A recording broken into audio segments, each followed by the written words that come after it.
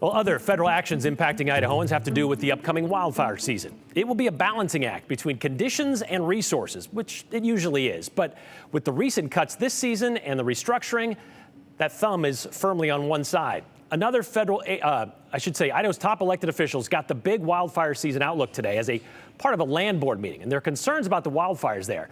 So Idaho's elected leaders did get a peek at the season. Joe Paris, the question is, which one seems to be the tougher challenge right now? It's going to be a wait and see, but in terms of predictions right now, Brian, there are really concerns about the conditions across Idaho. That's the main concern.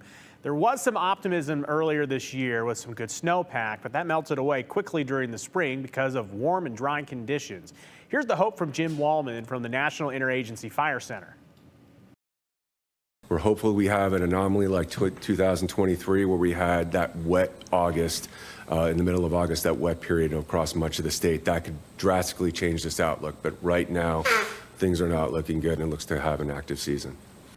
Holdover grasses from last year are also a concern and could push an active fire season through September. Wildfire fuels aren't the only focus this year, though. In terms of firefighters on the ground, staffing is comparable to last year, but fire managers expect less bench strength than in the past. The gaps from federal cuts to support staff will be a new challenge, too.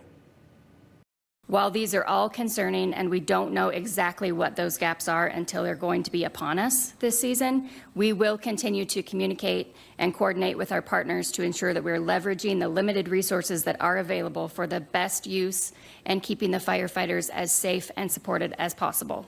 So that's tough. You don't know the problem until you see it, and communication is going to be key because of that. And a lot like getting the word out about human-caused fires, lightning fires will happen, but people should know that they should be on the hook financially for starting a major fire.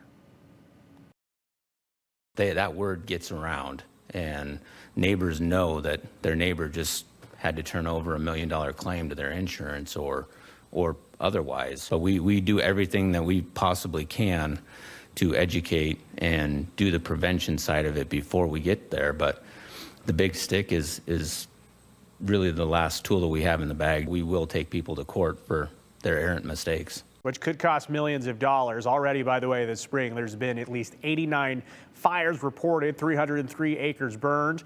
36 of those have been confirmed as human-caused. 46 fires still under investigations. And Brian, already this season, 7 fires from lightning. Shows you just how dry it is already here at the beginning of June. And more storms coming in this weekend, or this week into this weekend. So we'll see how it goes. All right. Saturday, first alert weather. Thanks, Joe.